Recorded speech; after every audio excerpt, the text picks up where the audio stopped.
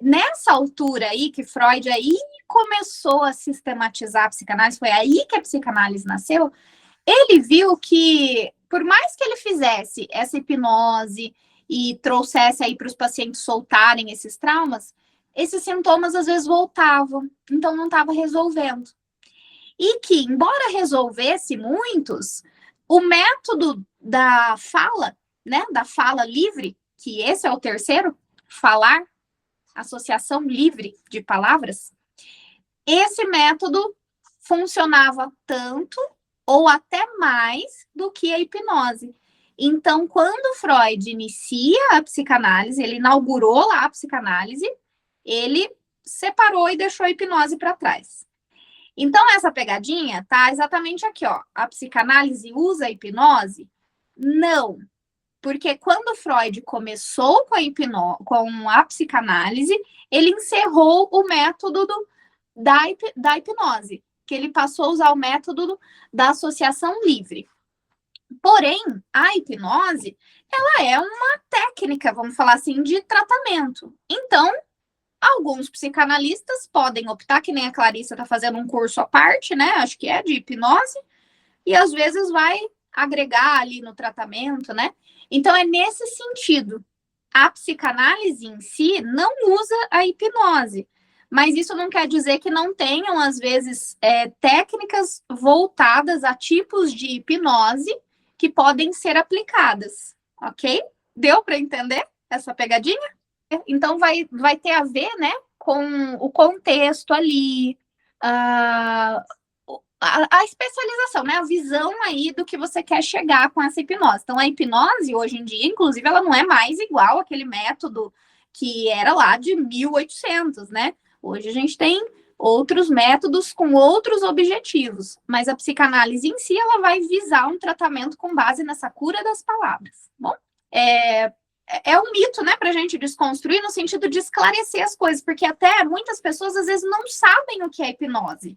Acham que hipnose é aquilo que a gente assiste no filme, que, nossa, eu tenho o controle do paciente, vou fazer ele imitar galinha aqui, né? Nos filmes a gente não vê isso. Então, não é isso, hipnose, né? Sim, o terapeuta, né? Ele vai acessar ali um estado do inconsciente, como se fosse, né? A pessoa está num estado ali semiconsciente, o terapeuta consegue acessar ali com profundidade, e aí você consegue alcançar partes traumáticas, que às vezes essa pessoa não se lembra, né? Porque está nesse fundo inconsciente, e tentar fazer alguma intervenção ali que possa beneficiar essa pessoa, né? Então, tudo tem que ser muito estudado, muito preparado. Até foi um dos motivos, inclusive, que Freud acabou mudando o método, porque não eram todas as pacientes também que ele conseguia hipnotizar, né? Então, assim, acabava que se limitava. Então, vamos mais um pouquinho. Vocês já entenderam muito bem o que é ética, né? Então, ética é essa parte que não é regra. Quando a gente tem regra, a gente vai falar que é um senso, assim, a moral que direciona. Eu posso ter a regra, posso ter uma lei, por exemplo. Mas quando tem questões que não está escrito ali o que você deve fazer ou não, que não tem uma regra para todo mundo, aí a gente está falando do campo da ética, que é uma coisa que você vai ter que, assim, analisar os princípios que fazem sentido para o que é melhor. Né? Então, a ética é essa parte que não tem uma norma. É algo que você vai analisar pensando que você tem um compromisso de agir com responsabilidade, né? De cuidar daquela pessoa que está colocando com confiança as questões dela para você, né? Como é que caminhos eu vou tomar, o que eu vou decidir. Isso é a ética. Então, no nosso trabalho, vão ter questões que têm um direcionamento, né, do caminho, mas vão ter questões que vão estar, assim, acima, né? Que a gente vai ter que parar e pensar. Que é um exemplo que vocês foram perguntando aqui. E a frequência dos atendimentos? Não tem uma regra específica sobre isso. Então, o que vai me fazer decidir? Ética por trás, né? Qual que é assim, visando o melhor para o meu paciente, o que eu vou decidir? Certo? Isso é ética. Então, eu falei que ia trazer 4 pilares, né, da ética para a gente conversar. E a gente vai começar falando da ética da escuta. Um terapeuta, ele é um bom escutador, não é verdade? A gente escuta a dor. Então, nós somos escutadores. Na psicanálise, como a gente está falando muito aqui, ó, psicanálise é sobre falar, né? Então, é a cura pelas palavras. O que isso significa? Na psicanálise, falar não é só ouvir ali, escutar não é só ouvir as palavras. A gente escuta o que está além das palavras, né? Então, quando a gente vai escutando o discurso de um paciente, a gente vai entendendo qual que é o roteiro dessa vida dele. O que está por trás ali? Que o roteiro é feito por esse diretor que fica escondidinho aí, que é o inconsciente. Então, quando a pessoa vai falando, não tá o significado ali nas palavras, mas em coisas que estão até além. Se a gente precisa ter essa escuta tão atenta e tão delicada, então isso vai exigir de nós uma postura muito específica, que nós não vamos nos apressar em interpretar, né? Nós vamos ter que suspender os nossos julgamentos e as nossas expectativas. Como que isso acontece? Quando você vai conversar com uma amiga e ela começa a contar um problema para você já não dá vontade de falar alguma coisa, de responder, né? Ela tá falando, você já tá aqui pensando, nossa, olha só o que tá acontecendo, eu falei para ela que isso ia acontecer, ela tinha que agir diferente, né? Olha só que absurdo que aconteceu. Você já vai assim, né? Isso não é a escuta terapêutica. A escuta que a gente faz na psicanálise, você vai plenamente escutar, sem julgar. Então, quando a gente está aqui ouvindo os nossos pacientes, a gente não pode já começar a julgar, senão a gente não escuta as palavras direito. Sabe aquilo que a gente fala assim, nossa, só ouviu o que queria ouvir? Né? Então a pessoa fala. Quem é casado, às vezes vai ver isso muito no casamento, né? Às vezes você se pegou lá explicando um monte de coisa pro seu marido, deu um monte de instruções, quando vê, ele escutou só um pedacinho de tudo aquilo que você falou. Quem nunca passou por isso, né? Mal de homem. Nós, terapeutas, não podemos ser assim, ter escuta seletiva, né? Eu escuto só o que eu quero.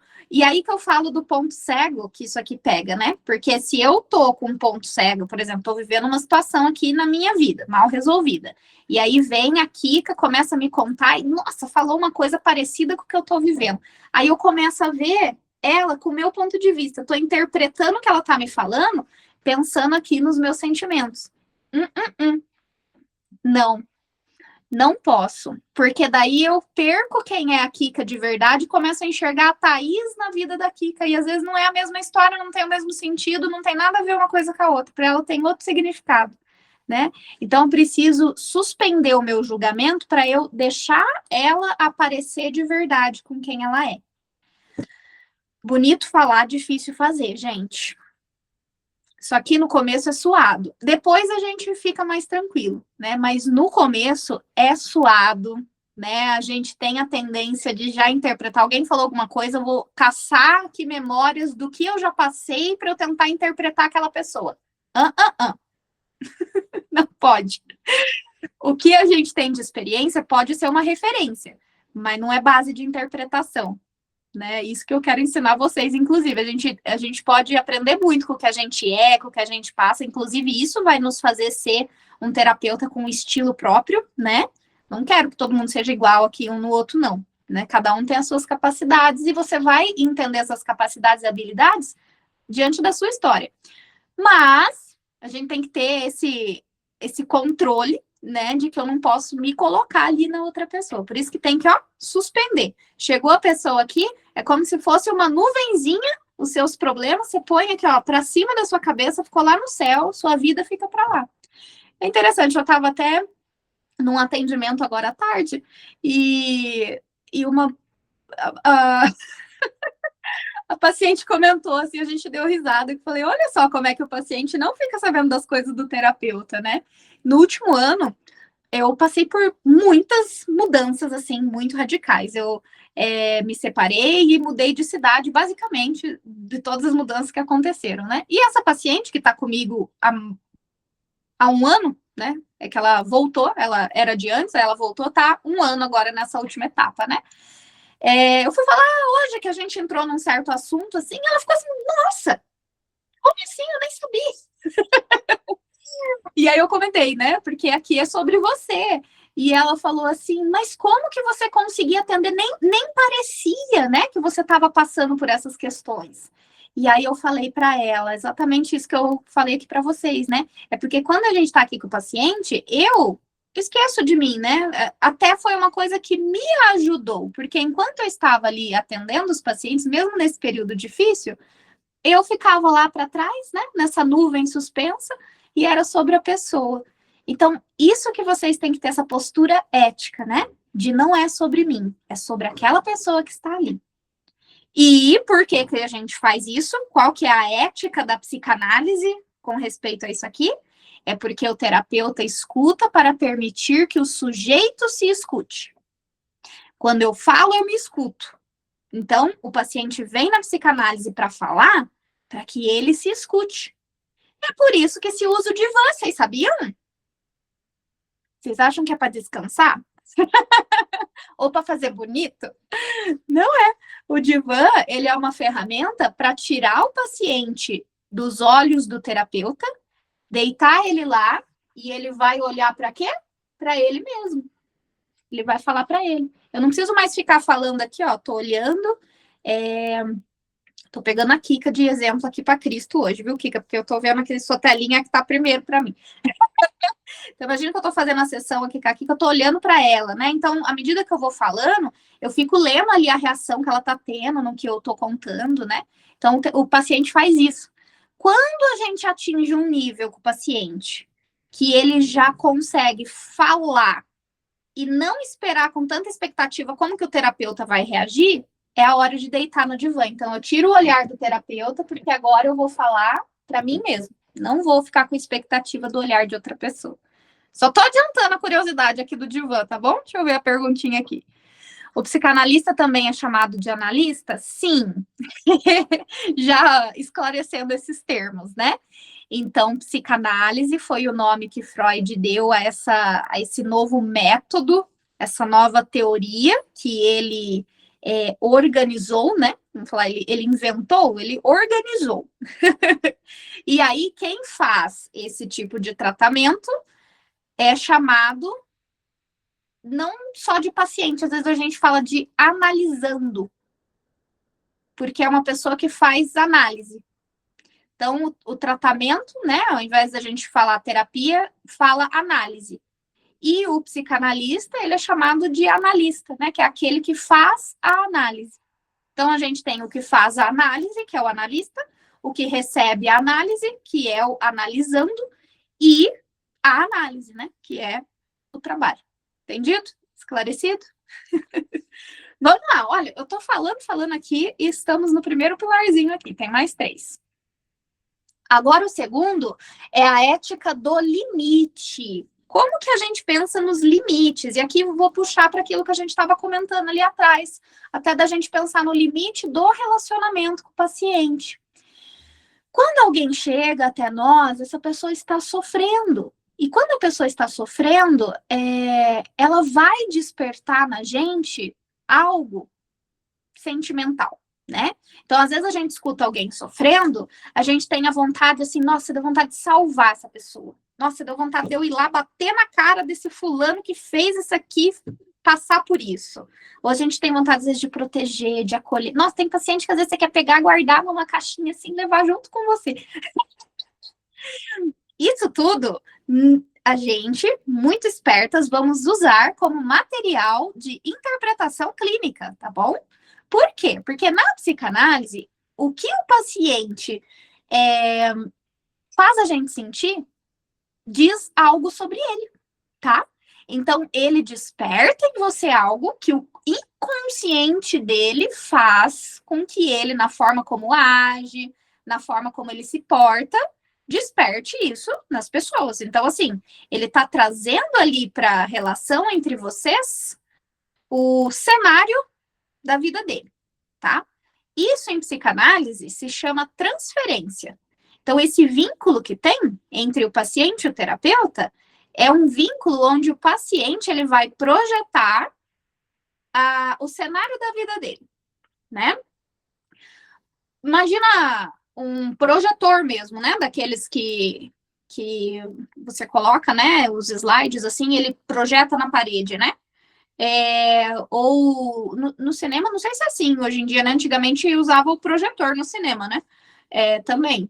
Se tem a tela branca, e aí você vai colocar o filme e aparece lá. O terapeuta é o quadro em branco, tá? O paciente vai trazer a história dele, a gente tem que ser esse quadro em branco para ele projetar na gente. Então a gente vai, ó, manda. Tô recebendo aqui, vamos ver que filme que faz parte da sua vida. Quando o paciente faz isso, ele transfere e a gente vai usar tudo isso para interpretar. Isso é ferramenta de trabalho da psicanálise. Então, para que isso aconteça, nós precisamos usar com o devido respeito isso que está acontecendo. Por quê? Se o paciente começa a despertar essas coisas em mim e aí eu começo a agir conforme isso, ao invés de eu sentar, estudar, interpretar o que isso significa no cenário da vida do paciente, eu posso começar a agir como um desses personagens da vida do paciente. Então, de repente, eu posso começar a querer salvar esse paciente, né? Fazendo mais do que é para eu fazer na sessão. Ou que nem eu dei o exemplo lá, até dos relacionamentos, né? E se teve essa transferência virou um apaixonamento do paciente, mas não é um sentimento genuíno, é uma projeção. E aí o terapeuta começa a corresponder a isso. Isso, gente, é sentido como um abuso pelo paciente, né? Porque, na verdade, não era aquilo. Então, a ética do limite é nós olharmos para o nosso relacionamento, pelo vínculo que a gente tem com o paciente e analisar dessa forma, né?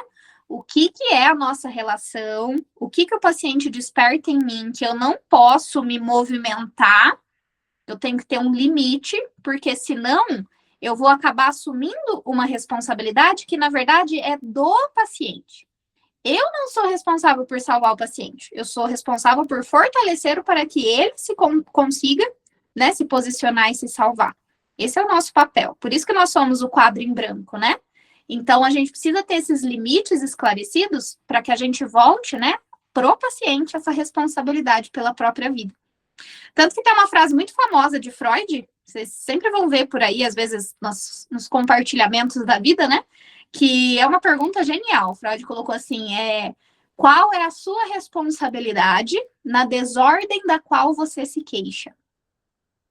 Qual é a sua responsabilidade na desordem da qual você se queixa? Em outras palavras, você está reclamando, mas o que você mesmo causou? O que você vai fazer com isso que você está reclamando, né? Isso é a postura da psicanálise com o paciente que tem que assumir as suas questões da vida, certo? Por isso que entra na parte da psicanálise, não é a cura em si, né? Que a Clarice até comentou um pouquinho, mas isso vocês vão ver que a gente vai rever e rever ao longo das nossas conversas, né? Porque se eu venho e já resolvo alguma coisa, eu posso estar tirando aí a oportunidade, né? De que esse paciente possa aprender a assumir a posição na sua vida, né? Inclusive de encontrar esse caminho da própria cura dentro dele. Ok, vamos para mais um. A ética da responsabilidade. Então, aqui, a gente também já falou um pouquinho. Quando a gente está ali diante de uma pessoa que sofre, que veio, trouxe a história dela para você, olha que responsabilidade, né? A pessoa está trazendo a vulnerabilidade dela. Então, vocês têm nas mãos de vocês uma vida. Não só uma, não. Tem a vida de uma família inteira ali, porque essa pessoa ela vai voltar lá para casa dela, como é que ela vai lidar lá com a família dela? Muda, quando uma pessoa faz uma terapia, ela vai mudar não só a história dela, da família inteira, né? Vai movimentar. Então, olha a responsabilidade do que a gente faz. Então, para a gente ter uma ética na nossa responsabilidade, eu separei 3 questões aqui para a gente olhar. Acho que uma ou duas delas a gente já até comentou, né? Eu vou começar pela última que a gente falou. Cuidar de si mesmo. Então, faz parte da nossa responsabilidade nós cuidarmos de nós mesmas. Cuidar da nossa saúde mental para a gente poder cuidar da escuta da outra pessoa. Né? Então, acho que aqui ficou bem claro, né? entra nessa parte da responsabilidade, de que eu preciso estar bem para cuidar do outro, só que uma vírgula, esse estar bem não é que a gente está 100%, sem problema, né? Imagina só, se eu fosse tirar o tempo em que eu passei pelos desafios que eu comentei aqui por cima, né, com vocês, eu ia tirar um ano sabático sem trabalhar, porque a vida estava acontecendo um monte de coisa, e aí, né, como é que eu ia, meu trabalho, como é que eu ia me sustentar? Então, cuidar de nós mesmos, né, estarmos bem para atender, não quer dizer que a gente não vai estar sem problemas, né? A vida do terapeuta não é um paraíso, não. O terapeuta também surta, também toma remédio, por isso que a gente faz terapia, né? Mas essa parte da responsabilidade é você estar dando para você o cuidado que você precisa, né? Dando o tratamento que você precisa nos momentos mais desafiadores. É você conseguir, inclusive, né? Nos momentos que aquilo tá saindo assim da sua competência, talvez, poder enxergar isso, poder ir atrás de uma forma de poder fazer o seu melhor para trabalhar com aquilo, né? Então, a ética do cuidado é da responsabilidade também. A segunda é a responsabilidade técnica, que é o que vocês estão fazendo aqui. Meus parabéns! Quase 9 horas da noite e estão aqui, sentadinhas ou aí ouvindo, né, a aula, estudando esse assunto de tanta responsabilidade. Depois vão ver suas anotações, vão pensar ao longo da semana, já estão perguntando aqui, ó, nome de livro, né? Parabéns, isso é responsabilidade técnica. Nós nunca paramos de estudar. É igual análise, nunca para. Pode até ficar períodos assim um pouco menos, mas a gente nunca para. Por quê? Porque a gente está numa área que é muito complexa, né? Então é impossível a gente saber tudo sobre o ser humano. E os tempos mudam, as pessoas mudam, a gente precisa sempre se atualizar, né? Então a gente sempre vai estar ali estudando, lendo, né? E a cada pessoa, como o nosso trabalho ele é muito artesanal por ser individual, então cada pessoa a gente vai ter que estudar cada pessoa, né? Então essa responsabilidade de poder ter esse tempo, inclusive considerem esse tempo como tempo de trabalho, né? O tempo de trabalho não é só 1 hora que você está atendendo. O tempo de trabalho é esse tempo, por exemplo, que vocês tiram para estudar o caso da pessoa, fazer outros estudos, né? E o primeiro, que eu estou falando por último aqui, né, dessa ética da responsabilidade, é a do sigilo. Dani tinha comentado, né? O paciente traz segredos. Sim, né? E por que é importante o paciente nos contar segredos? Porque nós somos a pessoa certa para ouvi-los, né? Nós somos treinadas para isso. Ali é um espaço que esse segredo não vai sair, não deve sair, porque se sair, isso vai causar sequelas catastróficas nessa pessoa, né? Vai quebrar a confiança, vai talvez expor ela a algo que ela não está preparada. Então, o sigilo significa, né, manter o segredo, manter a confidencialidade das sessões. Isso é essencial para o tratamento, né? Então, o que é compartilhado na terapia permanece naquele espaço, que fala que e é sempre bom a gente reforçar, principalmente no início. O que é falado aqui, fica aqui, né? Mesmo quando a gente faz momentos que nem de supervisão, em que a gente vai contar sobre os casos, a gente faz baseado numa ética. Qual que é a ética? Eu não vou expor esse paciente de jeito nenhum, então não vou dar informações que possam identificar essa pessoa.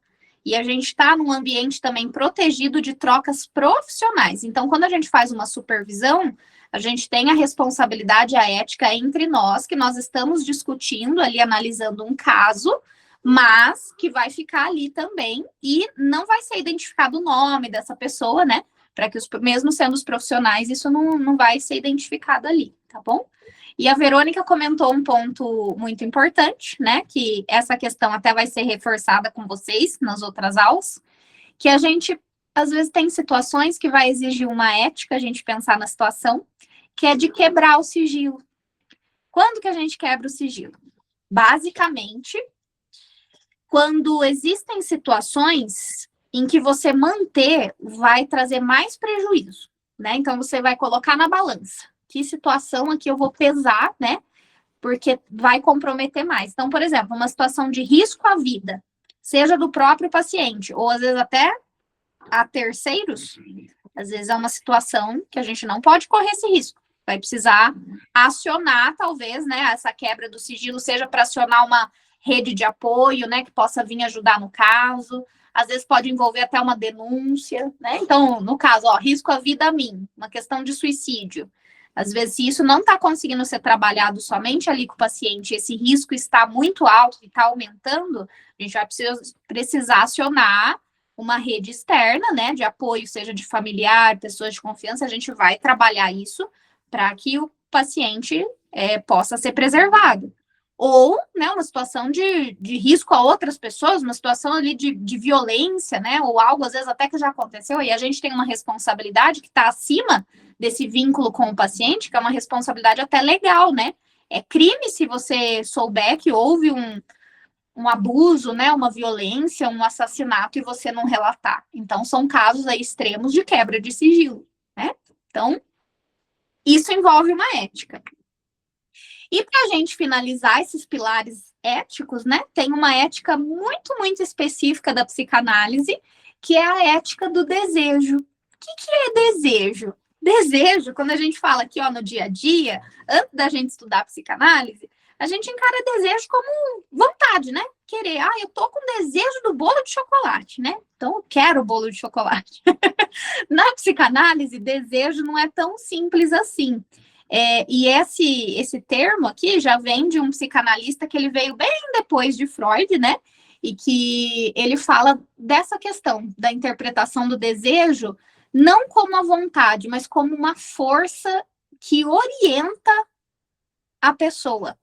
É uma força, assim, ó, sobre o que eu sou, né? O que diz, assim, respeito ao que eu sou, que me faz mover em direção às coisas da vida, né? Então, é porque eu tenho um desejo aqui, né? Que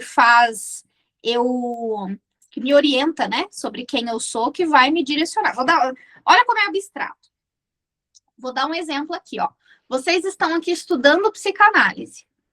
Isso vem, essa decisão, essa orientação, vocês estarem aqui hoje, pode ser que venha de um desejo interno, que vem do quê? Talvez vocês tiveram histórias em que vocês sentiram uma identificação com um cuidado que precisou receber, ou que foi oferecido para você, né? E que hoje você está aqui, né? Na sua vida você foi vivendo com um olhar sensível, e isso foi te movendo a querer estudar temas emocionais, né? Porque isso parece que dá uma sensação de você ser quem você é, de mais conexão com você, um propósito, né? Uma missão interior, e que vai movimentando a sua vida para você ir tomando decisões de fazer o curso, né? De estudar, enfim, e aí vai, né? Então, o desejo é esse movimento, sabe? É isso que dá esse movimento de direção na nossa vida. Então, quando a gente fala da ética do desejo, nós vamos analisar os nossos pacientes para entender o que faz ele ser ele mesmo. Quais são os desejos que movimentam a vida desse paciente, né? O desejo não é só o que eu quero. O desejo ele é mais profundo, é sobre quem eu sou. Tem um livro, eu não li o livro ainda, ele já é um pouquinho mais antigo, mas o tema é super sugestivo, né? Ele chama assim, ó, você quer o que você deseja? Esse é o sentido do desejo em psicanálise. Você quer o que você deseja? Às vezes o que a gente deseja, a gente não quer. Ou às vezes o que a gente quer, na verdade, a gente não deseja. Sabe quando você quer um negócio, aí quando você vai e consegue, não era aquilo que eu queria? Né? Ou às vezes a pessoa passa a vida inteira alcançando coisas e, no fundo,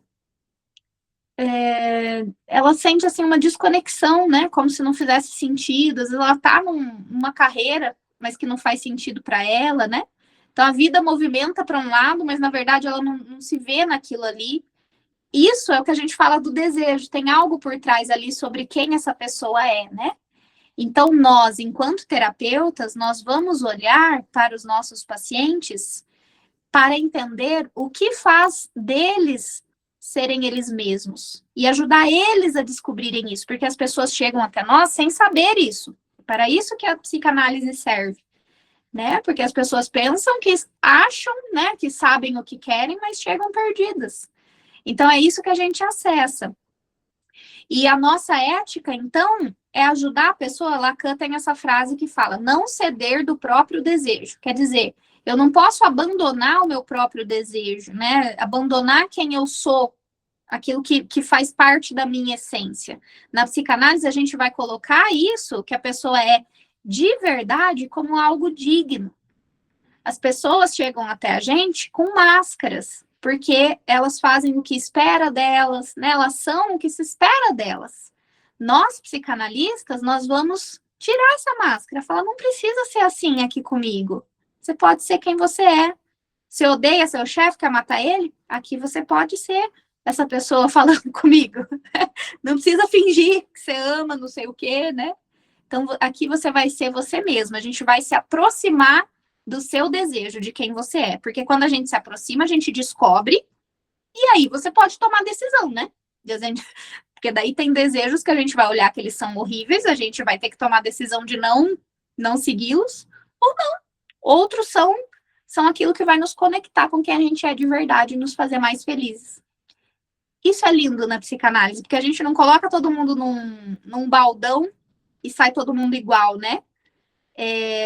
Por isso que a psicanálise não trabalha também com essa lógica de vamos rotular, né? Ah, isso que você tem é esse transtorno aqui e tudo mais. Esses transtornos existem, é importante a gente olhar para eles? Sim, vocês vão aprender isso, inclusive. Mas a psicanálise, ela não foca nisso, né? Então, o paciente não é alguma coisa assim que eu coloquei um rótulo. É essa pessoa que está por trás aí, ó, que tem uma história e que a gente precisa acessar que desejos ela tem na vida. Dei nó na cabeça de vocês? Deu para entender? Como a psicanálise ela é um processo inconsciente, então entendam que o que a gente vai estudando é tão denso que vai ter o tempo de vocês aqui, ó, ouvirem. Aí vocês vão sair da aula, isso aqui vai ficar ainda dentro da mente de vocês, processando até que vá se assimilando. Porque a gente aprende também com o inconsciente, né? Então, assim como a gente faz na análise, a gente também faz no aprendizado. Isso aqui tem que ser digerido, né? Então, aqui, ó, a gente entendeu, mas é muita coisa e é muita conteúdo emocional, né? Então, isso tudo, ó, aos pouquinhos, vai assentando. Não se apressem em entender, em guardar tudo isso aqui de uma vez, tá?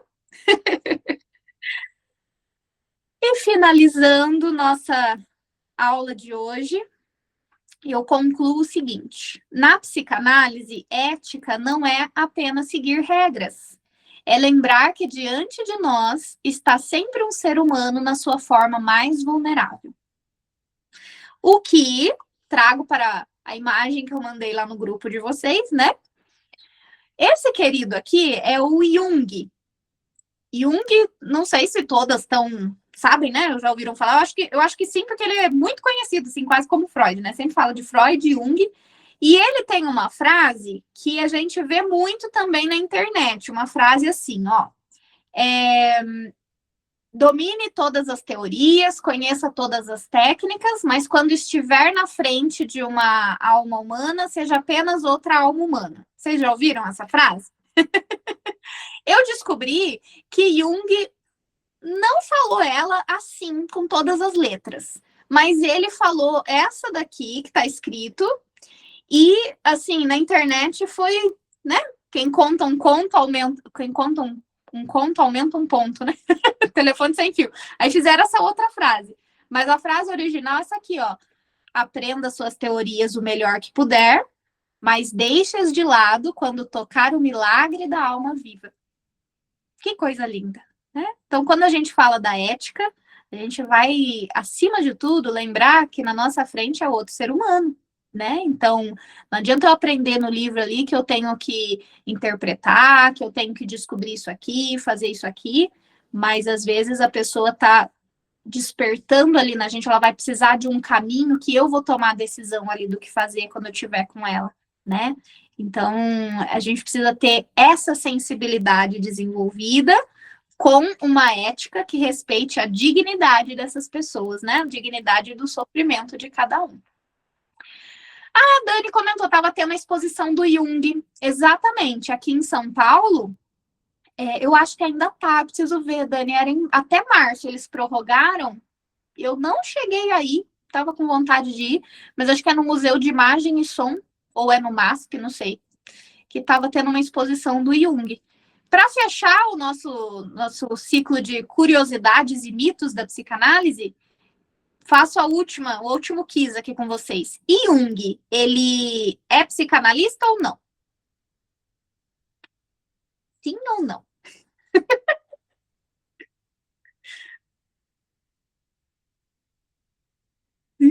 Peguei vocês, né?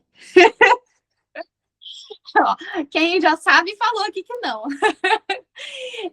Jung começou junto com Freud, né? Então ele participou de todo o início da psicanálise, da construção da psicanálise, mas no fim, Freud e Jung romperam, né? A história deles, assim, parece um casamento, gente. Quando tem uma piadinha que quando o Jung saiu, Freud ficou tão nervoso que ele até desmaiou. É um baitas fofocas da psicanálise. Então, ele não é psicanalista, né? Porque ele seguiu o rumo sem Freud e criou, né, a própria teoria dele. Então, a teoria dele, a abordagem dele se chama psicologia junguiana, psicologia analítica, tá bom? Então, ele não é psicanalista, embora, por ele ter estado aí uma trajetória grande, né, com Freud, a gente vai, às vezes, ver a contribuição dele em muitos campos.